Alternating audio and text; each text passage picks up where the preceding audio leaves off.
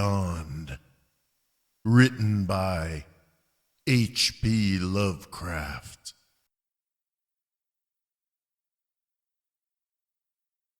Horrible beyond conception was the change which had taken place in my best friend, Crawford Tillinghast. I had not seen him since that day, 2 months and a half before, when he had told me toward what goal his physical and metaphysical researches were leading, when he had answered my awed and almost frightened remonstrances by driving me from his laboratory and his house in a burst of fanatical rage. I had known that he now remained mostly shut in the attic laboratory with that accursed electrical machine, eating little and excluding even the servants, but I had not thought that a brief period of 10 weeks could so alter and disfigure any human creature. It is not pleasant to see a stout man suddenly grow thin, and it is even worse when the baggy skin becomes yellowed or grayed, the eyes sunken, circled, and uncannily glowing, the forehead veined and corrugated, and the hands tremulous and twitching. And if added to this there be a repellent unkeptness, a wild disorder of dress, a bushiness of dark hair, white at the roots, and an unchecked growth of pure white beard on a face once clean-shaven, the cumulative effect is quite shocking. But such was the aspect of Crawford Tillinghast on the night his half-coherent message brought me to his door after my weeks of exile. Such the specter that trembled as it admitted me, candle in hand, and glanced furtively over its shoulder, as if fearful of unseen things in the ancient, lonely house set back from Benevolent Street. That Crawford Tillinghast should ever have studied science and philosophy was a mistake.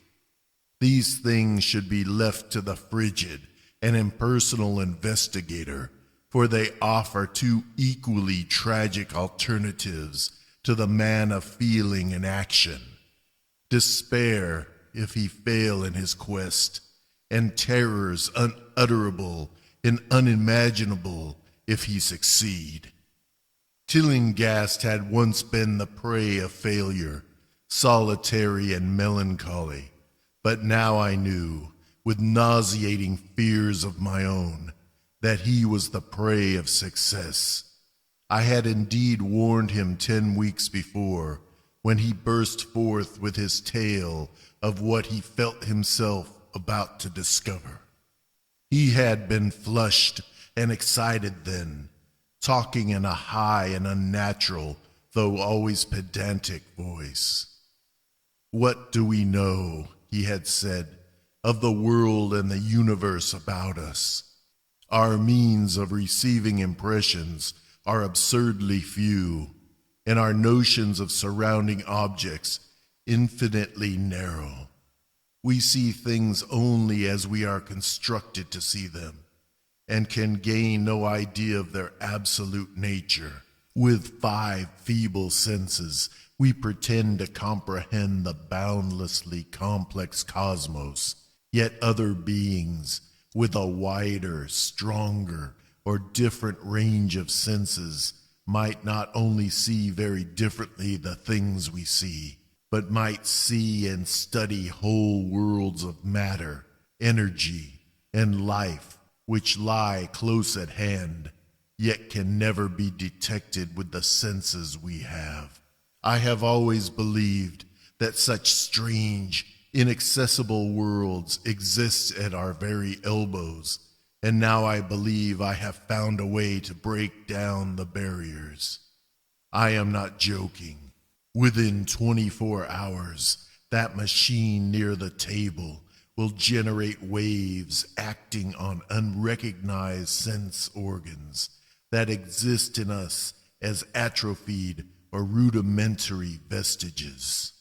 Those waves will open up to us many vistas unknown to man, and several unknown to anything we consider organic life.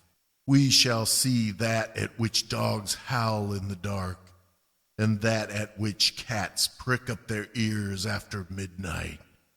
We shall see these things, and other things which no breathing creature has yet seen. We shall overleap time, space, and dimensions, and without bodily motion, peer to the bottom of creation. When Tillinghast said these things, I remonstrated, for I knew him well enough to be frightened rather than amused. But he was a fanatic and drove me from the house.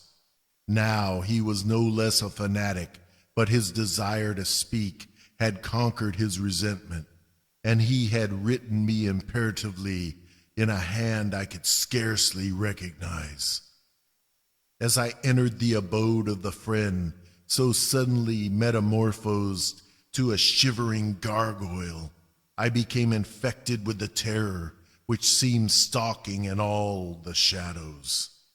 The words and beliefs expressed 10 weeks before seemed bodied forth in the darkness beyond the small circle of candlelight, and I sickened at the hollow, altered voice of my host. I wished the servants were about, and did not like it when he said they had all left 3 days previously. It seemed strange that old Gregory, at least, should desert his master without telling as tried a friend as I. It was he who had given me all the information I had of Tillinghast after I was repulsed in rage. Yet I soon subordinated all my fears to my growing curiosity and fascination. Just what Crawford Tillinghast now wished of me I could only guess, but that he had some stupendous secret or discovery to impart, I could not doubt. Before I had protested at his unnatural pryings into the unthinkable, now that he had evidently succeeded to some degree, I almost shared his spirit, terrible though the cost of victory appeared. Up through the dark emptiness of the house, I followed the bobbing candle in the hand of this shaking parody-on man. The electricity seemed to be turned off, and when I asked my guide, he said it was for a definite reason. It would be too much. I would not dare, he continued to mutter. I especially noted his new habit of muttering, for it was not like him to talk to himself. We entered the laboratory in the attic, and I observed that detestable electrical machine, glowing with a sickly, sinister violet luminosity. It was connected with a powerful chemical battery, but seemed to be receiving no current, for I recalled that in its experimental stage it had sputtered and purred when in action. In reply to my question, Tillinghast mumbled that this permanent glow was not electrical in any sense that I could understand. He now seated me near the machine, so that it was on my right, and turned a switch somewhere below the crowning cluster of glass bulbs.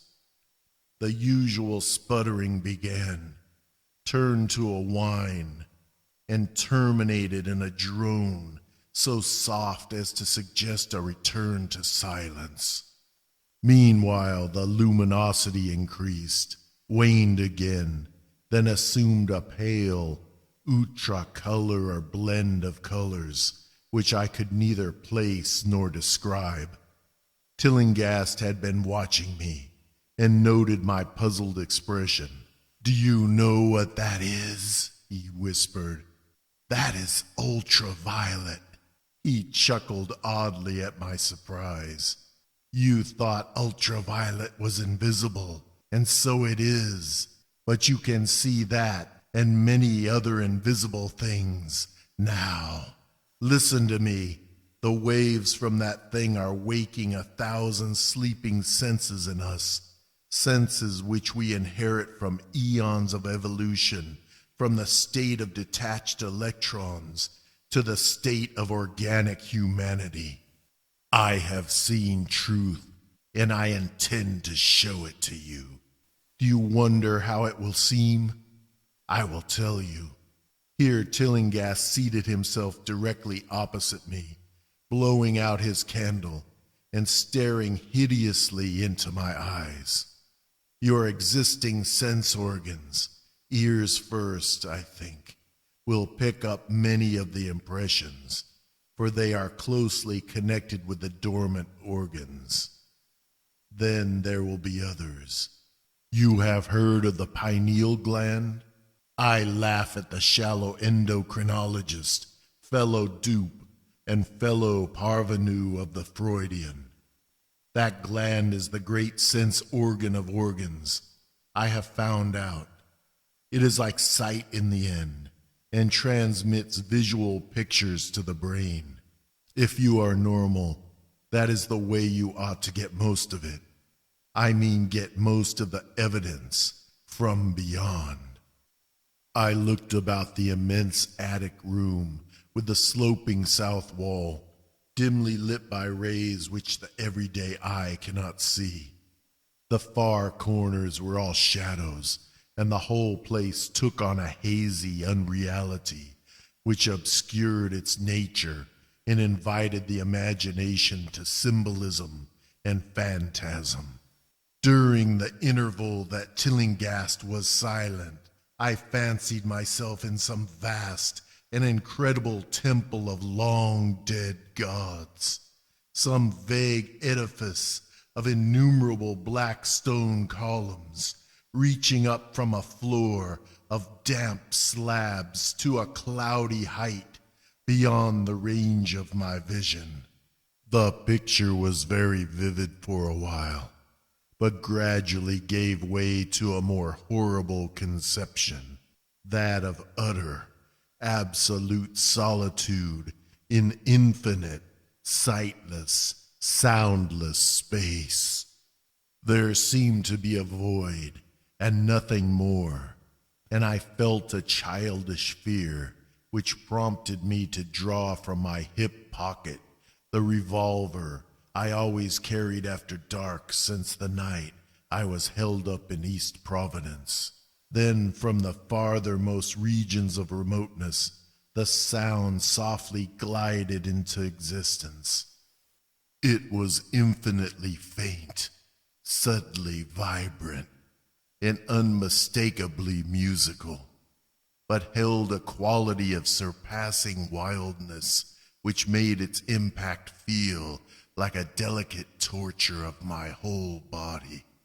I felt sensations like those one feels when accidentally scratching ground glass. Simultaneously, there developed something like a cold draft, which apparently swept past me from the direction of the distant sound.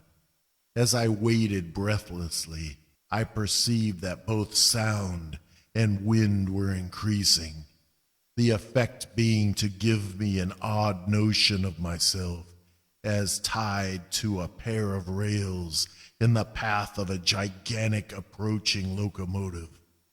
I began to speak to Tillinghast, and as I did so, all the unusual impressions abruptly vanished. I saw only the man, the glowing machine, and the dim apartment. Tillinghast was grinning repulsively at the revolver, which I had almost unconsciously drawn. But from his expression, I was sure he had seen and heard as much as I, if not a great deal more. I whispered what I had experienced, and he bade me to remain as quiet and receptive as possible. "Don't move," he cautioned, "for in these rays we are able to be seen as well as to see. I told you the servants left, but I didn't tell you how. It was that thick-witted housekeeper.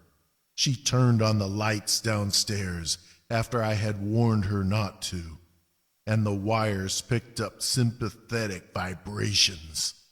It must have been frightful. I could hear the screams up here, in spite of all I was seeing and hearing from another direction. And later it was rather awful to find those empty heaps of clothes around the house. Mrs. Updike's clothes were close to the front hall switch. That's how I know she did it. It got them all.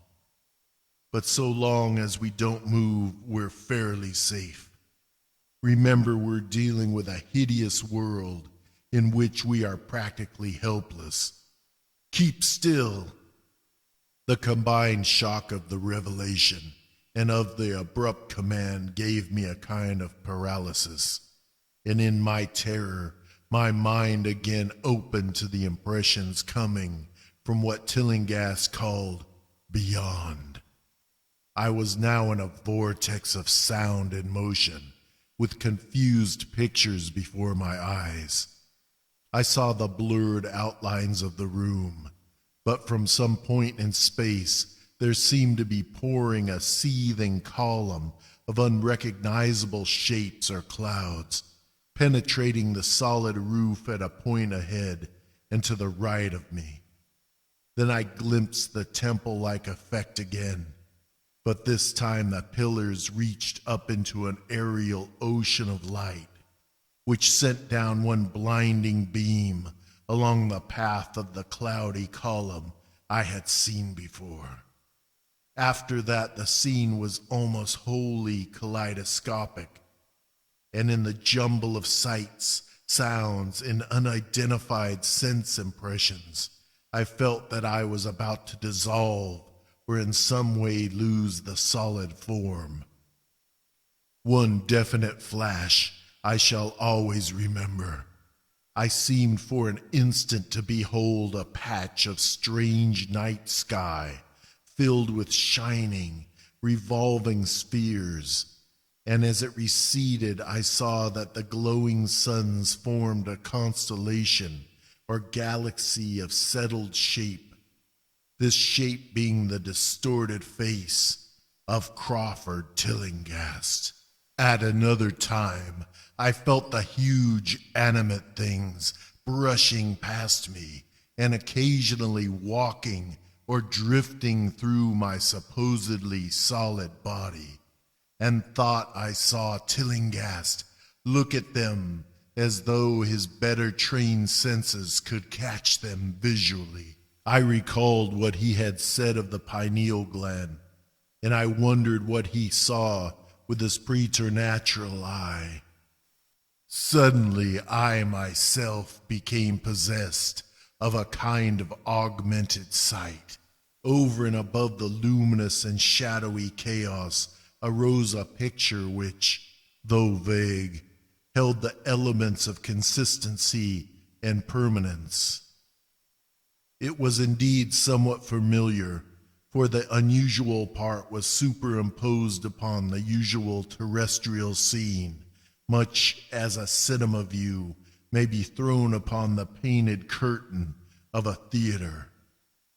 I saw the attic laboratory, the electrical machine, and the unsightly form of Tillinghast opposite me.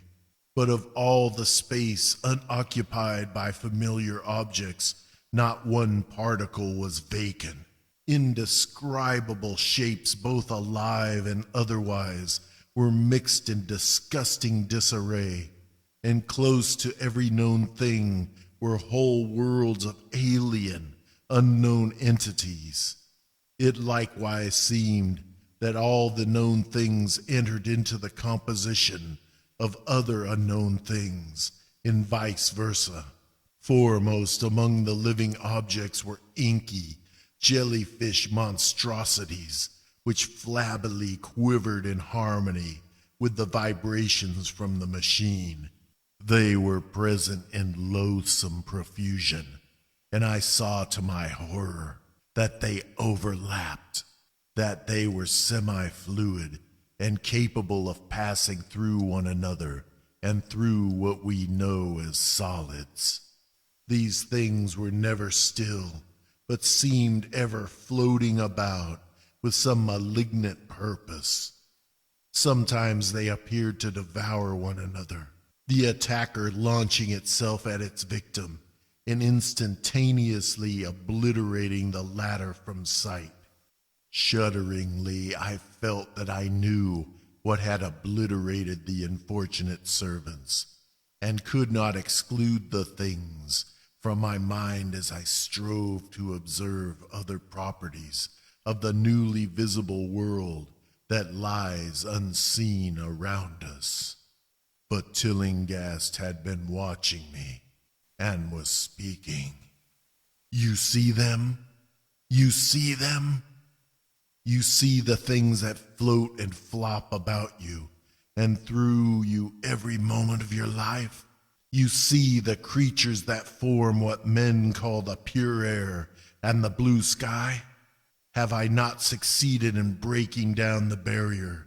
Have I not shown you worlds that no other living men have seen?"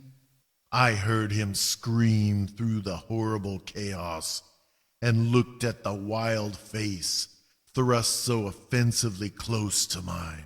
His eyes were pits of flame, and they glared at me with what I now saw was overwhelming hatred. The machine droned detestably. "You think those floundering things wiped out the servants? Fool, they are harmless, but the servants are gone, aren't they? You tried to stop me. You discouraged me when I needed every drop of encouragement I could get.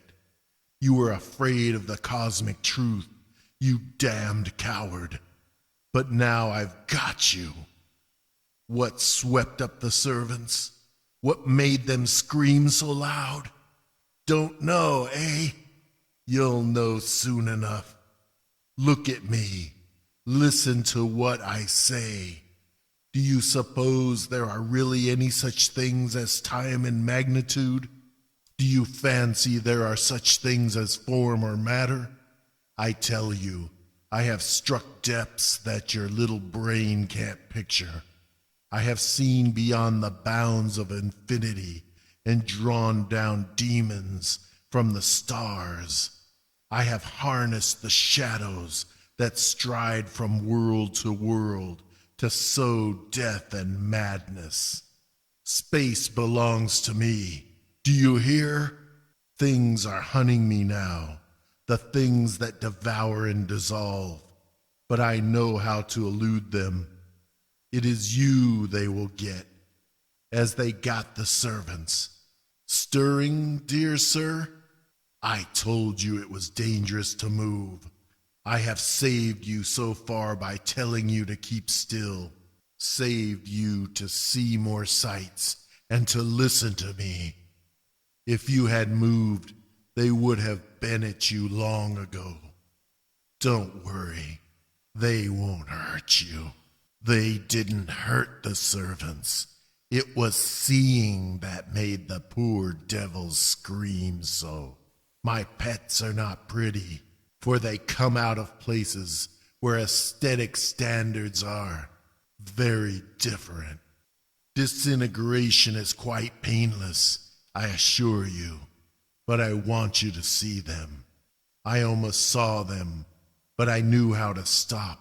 You are not curious? I always knew you were no scientist. Trembling, eh? Trembling with anxiety to see the ultimate things I have discovered? Why don't you move then? Tired? Well, don't worry, my friend, for they are coming. Look, look, curse you. Look, it's just over your left shoulder. What remains to be told is very brief and may be familiar to you from the newspaper accounts. The police heard a shot in the old Tillinghast house and found us there. Tillinghast dead and me unconscious.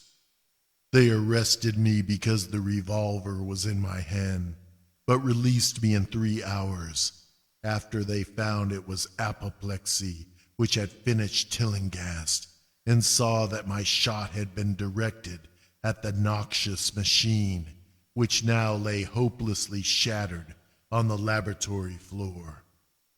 I did not tell very much of what I had seen, for I feared the coroner would be skeptical. But from the evasive outline I did give, the doctor told me that I had undoubtedly been hypnotized by the vindictive and homicidal madman. I wish I could believe that, Doctor. It would help my shaky nerves if I could dismiss what I now have to think of the air and the sky about and above me. I never feel alone or comfortable, and a hideous sense of pursuit sometimes comes chillingly on me when I am weary. What prevents me from believing the doctor is this one simple fact, that the police never found the bodies of those servants whom they say Crawford Tillinghast murdered.